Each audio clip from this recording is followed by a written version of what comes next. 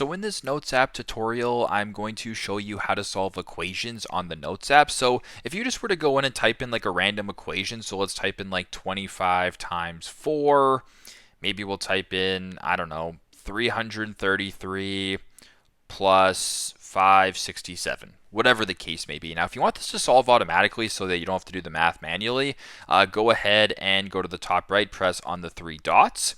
Then where it says math results, select that, and you can either do suggest results or insert results. In this case, we'll just do insert results so it acts like a calculator. So if you were to go ahead and press the equation right here, press the space bar, it'll then solve for you. It'll show you right here. If this looks good to you, go ahead and press enter. Once again, go ahead and push the space bar right here. It's 900 in this case, which is correct. Go ahead, press enter, and you can basically do what you got to do. So if you were to go ahead and type in like 478 times 54, it'll suggest it. You press enter. You guys get the point. It solves all your equations for you, and it basically acts as a calculator. So pretty simple, pretty straightforward. That's how to solve equations on Apple Notes. I hope this video helps.